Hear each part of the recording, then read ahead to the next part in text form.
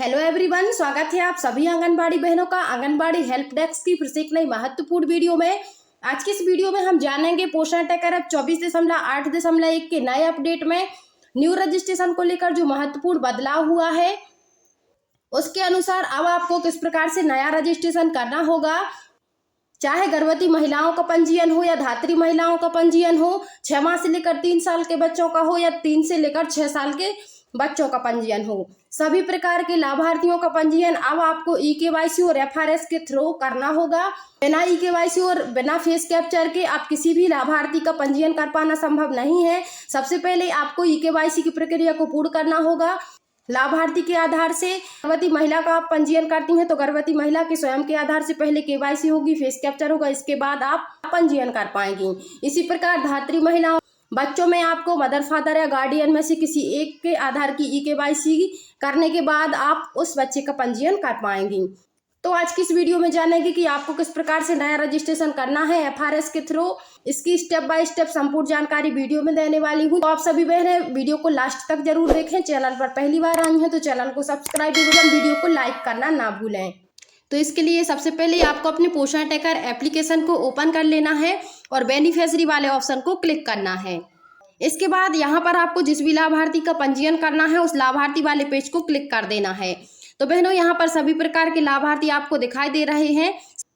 सभी प्रकार के लाभार्थियों का पंजीयन अब आपको एफआरएस के थ्रू ही करना है। तो चलिए हम किसी एक कैटेगरी को ओपन कर लेते हैं। हम 6 माह से 3 ईयर्स के बच्चे का पंजीयन करके आपको दिखाते हैं। तो चलिए इस पेज को क्लिक कर लेते हैं। इसको क्लिक करने के बाद बच्चों की लिस्ट ओपन हो जाती है। यहाँ पर आपको न्यू रजिस्ट्रेशन का ऑप्शन दिखाई दे रहा होगा। आपको न्यू रजिस्ट्रेशन वाले ऑप्शन को क्लिक कर देना है। जैसे ही आप न्यू रजिस्ट्रेशन पर क्लिक करते हैं तो इस प्रकार से पेज ओपन होता है।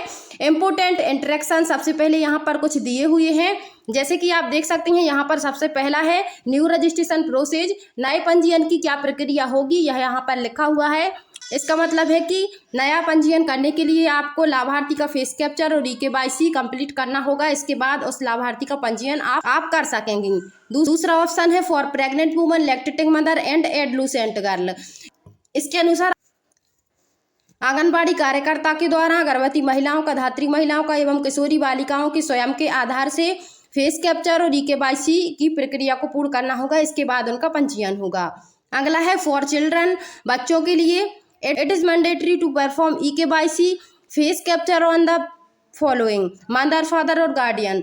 बच्चों के पंजीयन करने के लिए आपको ई-केवाईसी और फेस कैप्चर उनकी माता या पिता या गार्डियन का करना होगा। बच्चे का स्वयं का फेस कैप्चर नहीं करना है, बच्चे के स्वयं के आधार की ई-केवाईसी नहीं करना है। आपको माता पिता या गार्डियन में से किसी एक का फेस कैप्चर और ई-केवाईसी कंप्लीट करने के बाद उस बच्चे का पंजीयन करना होगा, चाहे वह बालक हो या बालिका हो। इसके बाद नेक्स्ट है ई-केवाईसी रिक्वायरमेंट। ई-केवाईसी के लिए क्या क्या जरूरी है। Aadhaar number is required. E KYC के लिए आपको आधार की आवश्यकता होगी। An OTP will be send to mobile number linked with the Aadhaar for verification. लाभार्थी के आधार से जो मोबाइल नंबर वेरीफाइड होगा उस मोबाइल नंबर पर OTP जाएगी और वह OTP डालने के बाद ही केवाईसी लाभार्थी की कंप्लीट होगी। इसके बाद नेक्स्ट है face capture FRS requirement. The person understanding face capture pregnant woman, lactating mother, adolescent girl for mother father guardian in case of a child must be physically present during registration.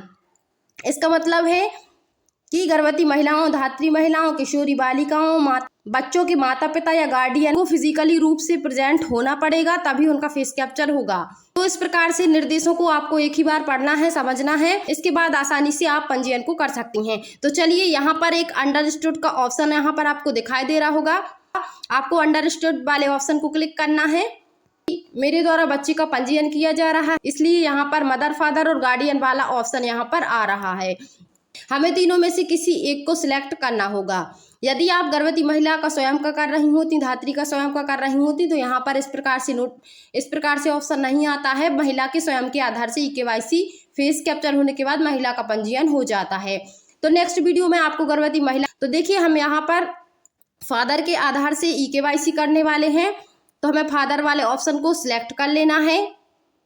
In case mother do is not Aadhaar, यदि आपके पास mother का आधार उपलब्ध है, mother के आधार की e-KYC हो सकती है, फेस कैप्चर हो सकता है, तो आपको मदर को ही सिलेक्ट करना है। यदि नहीं तो आपको फादर को सिलेक्ट करना है। तो चलिए फादर वाले ऑप्शन को क्लिक करके प्रोसीड को क्लिक कर देते हैं। तो जैसे ही हमने प्रोसीड को क्लिक किया तो यहाँ पर आधार नंबर और मोबाइल नंबर का ऑप्शन आ चुका है। तो यहाँ पर हमें 12 अंकों का हितग्राही का आधार नंबर डालना है। जैसे कि हमने फादर को वहाँ पर सिलेक्ट किया था, तो यहाँ पर हमें फादर का ही आधार डालना है। तो चलिए यहाँ पर हम आधार डाल देते हैं। इसके बाद यहाँ पर आपको मोबाइल नंबर डालना है। तो चलिए मोबाइल नंबर डाल देते हैं। आधार नंबर और मोबाइल नंबर भरने के बाद आपको प्रोसीड वाले ऑप्शन को क्लिक कर देना है। यहाँ पर इस प्रकार से नोटिस आ चुका है। यहाँ पर लिखा आ रहा है beneficiary is not eligible for registration. तो चलिए देख लेते हैं यह यहाँ पर क्यों आ रहा है। यहाँ पर इसके लिए एक नोट भी दिया हुआ है, the mobile number provide is already linked to maximum existing beneficiary, it can not used to register this beneficiary. तो देखिए हमारे द्वारा जो मोबाइल नंबर डाला गया है उस मोबाइल नंबर से एक और लाभार्थी रजिस्टर्ड है, इसीलिए यहाँ पर इस प्रकार से आ रहा है। तो चलिए मोबाइल नंबर को चेंज करके देख लेते हैं। प्रोसीड वाले ऑप्शन को क्लिक करते हैं। फिर से हमें यहाँ पर आधार को डालना है। आधार नंबर डालने के बाद चलिए यहाँ पर हम देख लेते हैं कोई और मोबाइल नंबर को डाल के। इसके बाद फिर से प्रोसीड वाले ऑप्शन को क्लिक कर देते हैं। आपके मोबाइल में भी इस प्रकार से मोबाइल नंबर डालने के बाद इस प्रकार से एरर आ रही है, तो इसका मतलब है कि आपने किसी दूसरे लाभार्थी का उसी मोबाइल नंबर के द्वारा पंजीयन किया गया है। इसका मतलब यह है कि एक मोबाइल नंबर से केवल एक ही पंजीयन हो सकेगा। यदि आप दूसरा मोबाइल नंबर डालेंगी, दूसरे आधार से रजिस्टर्ड मोबाइल नंबर डालेंगी, तो उस लाभार्थी का पंजीयन नहीं होगा। इस प्रकार की एरर जिस प्रकार आपको देखने को मिली, इस प्रकार की एरर आपको आएगी। नया पंजीयन करने के लिए नया मोबाइल नंबर आधार से रजिस्टर्ड होना जरूरी होगा। एक चीज और यहाँ पर कंपलसरी है कि यदि आप जिस आधार नंबर को डाल रही हैं और उस आधार नंबर में जो भी मोबाइल नंबर रजिस्टर्ड है उसी मोबाइल नंबर को आपको डालना होगा, और वह मोबाइल नंबर किसी अन्य व्यक्ति के पंजीयन में रजिस्टर्ड नहीं होना चाहिए। बच्चे का पंजीयन नहीं हुआ है, तो चलिए अब हम गर्भवती महिला का पंजीयन करके आपको दिखाते हैं।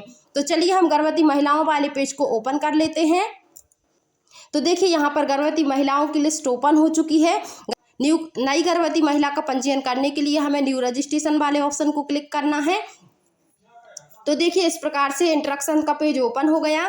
इसके बाद हमें नीचे अंडरस्टूड वाले ऑप्शन को क्लिक करना है। तो देखिए इस प्रकार से पेज खुल चुका है। यहाँ पर हमें महिला का आधार नंबर डालना है। ये महिला का आधार नंबर डाल देते हैं और आधार पर जो रजिस्टर्ड मोबाइल नंबर होगा वह मोबाइल नंबर यहाँ पर डालना होगा। तो चलिए आधार नंबर डाल देते हैं। तो देखिए आधार नंबर मोबाइल नंबर डाल चुका है। यहाँ पर मैंने जो आधार नंबर डाला है इसी आधार नंबर से यह मोबाइल नंबर रजिस्टर्ड है और इस मोबाइल नंबर से कोई अन्य लाभार्थी रजिस्टर्ड नहीं है। तो चलिए यहाँ पर प्रोसीड वाले ऑप्शन को क्लिक कर लेते हैं। तो जैसे ही हमारे द्वारा प्रोसीड वाले ऑप्शन को क्लिक किया तो इस तरह से प्लीज वेट यहाँ पर लिखा गया है। यहाँ पर जो मोबाइल नंबर दिखाई दे रहा है इस मोबाइल नंबर पर OTP जाएगी। जैसे ही हम यहाँ पर रिक्वेस्ट OTP को क्लिक करेंगे, OTP डालने के बाद आपको वेरीफाई वाले ऑप्शन को क्लिक कर देना है। जैसे ही आपके द्वारा OTP डाली जाती है तो इस तरह से पेज ओपन होता है। यहाँ पर आधार नंबर के आखिरी के 4 अंक यहाँ पर महिला के लिखे हुए हो। यहाँ पर लिखा हुआ है please complete the EKYC by using following Aadhaar number beneficiary for eligible registration. अभी हमने जो किया है वह रजिस्ट्रेशन किया है। अब हमें KYC की प्रक्रिया को पूर्ण करना होगा। तो चलिए इसके बाद हमें KYC की प्रक्रिया पूर्ण करने के लिए यहाँ पर हमें प्रोसीड टू EKYC वाले ऑप्शन को क्लिक करना है। KYC वाला पेज ओपन हो गया।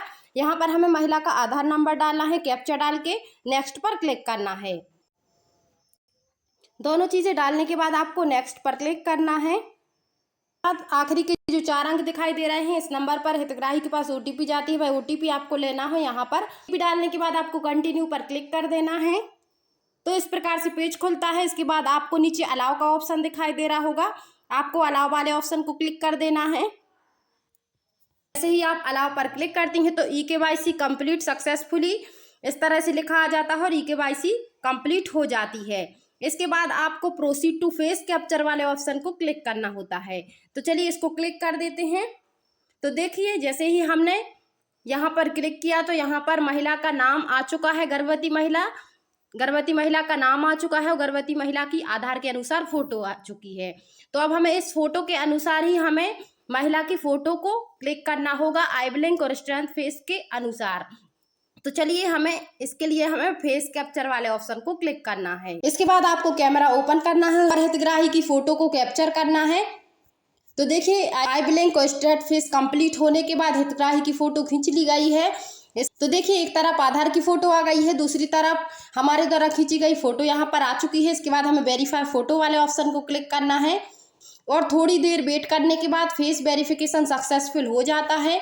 जैसे कि आप देख सकती हैं ग्रीन टिक लग चुका है, फेस वेरिफिकेशन हो गया है। इसके बाद आपको फेस वेरिफिकेशन होने के बाद नीचे आपको कंटिन्यू रजिस्ट्रेशन का ऑप्शन दिखाई दे रहा होगा, आपको कंटिन्यू रजिस्ट्रेशन वाले ऑप्शन को क्लिक कर देना है। तो जैसे ही आपके द्वारा कंटिन्यू रजिस्ट्रेशन वाले ऑप्शन को क्लिक किया जाता है तो यहाँ पर प्रेग्नेंट वुमन का पंजीयन फॉर्म ओपन हो जाता है। आपको यहाँ पर जो पंजीयन फॉर्म दिखाई दे रहा है, पूरे पंजीयन फॉर्म को आपको भरना है। सबसे ऊपर आपको महिला का आधार दिखाई दे रहा है, जो आपने आधार की KYC फेस कैप्चर किया है उसकी सारी डिटेल सही सही यहाँ पर डली हुई है, महिला फीमेल, आधार नंबर, नाम आधार के अनुसार। इसके बाद यहाँ पर मोबाइल नंबर का ऑप्शन है, तो मोबाइल नंबर भी वेरीफाइड हो चुका है, वह भी यहाँ पर हाइड है। इसके बाद यहाँ पर आपको नेम ऑफ लैंग्वेज में आपकी भाषा में महिला का यहाँ पर नाम डालना है आपको। तो चलिए यहाँ पर नाम डाल देते हैं। महिला का आपकी भाषा में जो भी नाम है, आप हिंदी में लिखना चाहें तो हिंदी में भी लिख सकती हैं, इंग्लिश में लिखना चाहें तो इंग्लिश में भी लिख सकती हैं। इसके बाद यहाँ पर अगला ऑप्शन है हस्बैंड नेम का। तो यहाँ पर आपको हस्बैंड नेम, पति, महिला के पति का नेम डालना है। इसके बाद आपको कैटेगरी डालना है, category ST SC OBC other. तो यहाँ पर हमने SC को सिलेक्ट कर लिया। इसके बाद रेसिडेंट टाइप, तो रेसिडेंट टाइप में टेम्पररी और परमानेंट के दो ऑप्शन है। यदि महिला परमानेंटली ग्राम या वार्ड में रहती है तो आपको परमानेंट को सिलेक्ट करना है। यदि टेम्पररी कभी आती हैं कभी जाती है तो आपको टेम्पररी वाले ऑप्शन को क्लिक करना है। तो चलिए हम यहाँ पर परमानेंट वाले ऑप्शन को क्लिक कर देते हैं। इसके बाद LMP डेट आपको यहाँ पर डालनी है। अगला ऑप्शन है इज दिस फर्स्ट प्रेगनेंसी। यदि महिला की प्रथम गर्भावस्था है तो आपको यस पर क्लिक करना है, यदि सेकंड या थर्ड है तो आपको नो पर क्लिक करना है। तो चलिए हम यहाँ पर यस को क्लिक कर देते हैं। अब जैसे ही आपने यस को क्लिक किया तो एक और ऑप्शन यहाँ पर खुल जाता है, details of first ANC as पर MCP कार्ड ऑप्शनल। महिला की प्रथम ANC जाँच की तिथि आपको यहाँ पर डालनी है। तो चलिए फर्स्ट ANC डेट यहाँ पर डाल देते हैं। फर्स्ट ANC जांच की डेट डालने के बाद आपको हाइट डालना है, महिला की हाइट आपको सेंटीमीटर में डालना है। तो चलिए 155 यहाँ पर हाइट डाल दी महिला की। इसके बाद है वेट, किलोग्राम में आपको महिला का वजन डालना है यहाँ पर, तो 47 किलोग्राम वजन। इसके बाद हीमोग्लोबिन, महिला आपको हीमोग्लोबिन डाल देना है महिला का जितना भी है 11-12। सारा फॉर्म फिल करने के बाद आपको सबमिट वाले ऑप्शन को क्लिक कर देना है। सारा फॉर्म भरने के बाद जैसे ही आप सबमिट पर क्लिक करती हैं तो इस प्रकार से बेनिफिशियरी रजिस्ट्रेशन सक्सेसफुल हो जाता है। इसके बाद आपको डन पर क्लिक कर देना है। तो जैसे ही आप डन पर क्लिक करती हैं तो आपका होम पेज ओपन हो जाता है। तो चलिए हम देख लेते हैं हमने जिस भी महिला का पंजीयन किया है वह महिला लिस्ट में दिखाई देने लगी है या नहीं। तो चलिए हम इसके लिए बेनिफिशियरी वाले ऑप्शन को क्लिक कर लेते हैं। इसके बाद हम प्रेग्नेंट वुमन वाले पेज को क्लिक कर लेते हैं। तो देख सकती हैं बहनों यहाँ पर लिस्ट में महिला का नेम आ चुका है जिसका हमने वेरिफिकेशन किया है। तो देखिए यहाँ पर महिला दिखाई दे रही है। तो चलिए हम इस महिला के नाम के ऊपर ही क्लिक कर लेते हैं और देख लेते हैं इसका फेस कैप्चर, KYC सभी कार्य कंप्लीट हुए हैं नहीं। तो जैसे कि आप देख सकती हैं यहाँ पर मोबाइल नंबर वेरीफाई हो चुका है, आधार नंबर वेरीफाई हो चुका है, KYC कंप्लीट हो चुकी है और फेस कैप्चर कंप्लीट हो चुका है। चारों चीज़ें यहाँ पर कंप्लीट हो चुकी हैं लाभार्थी की एक ही बार में। तो आपने जैसे ही रजिस्ट्रेशन किया सबसे पहले आपने महिला का मोबाइल नंबर वेरीफाई किया, जिसके लिए हितग्राही के आधार रजिस्टर्ड मोबाइल नंबर पर 4 अंकों का OTP गया।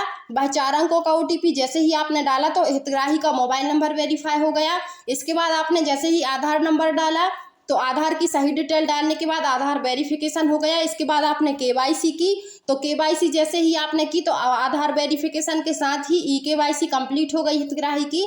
इसके बाद जैसे ही आपने फेस कैप्चर किया तो EKYC की जो फोटो थी, आधार के अनुसार जो फोटो थी, और आपने जो वर्तमान की फोटो कैप्चर की तो फेस कैप्चर की प्रक्रिया भी पूर्ण हो गई।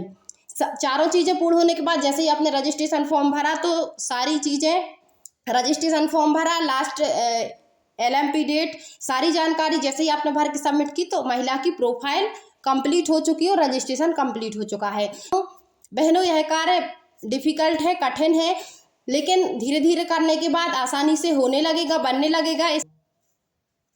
तो इसी प्रकार आपको 6 माह से लेकर 3 वर्ष के बच्चे, 3 से लेकर 6 वर्ष के बच्चे और नई गर्भवती महिला का पंजीयन, सभी लाभार्थियों का अब इस प्रकार से नया पंजीयन करना होगा। तो आई होप आज की वीडियो सभी बहनों के लिए पसंद आई होगी। वीडियो पसंद आई हो तो वीडियो को अपनी अन्य बहनों में शेयर अवश्य कीजिए एवं वीडियो को लाइक एवं चैनल को सब्सक्राइब करना ना भूलें।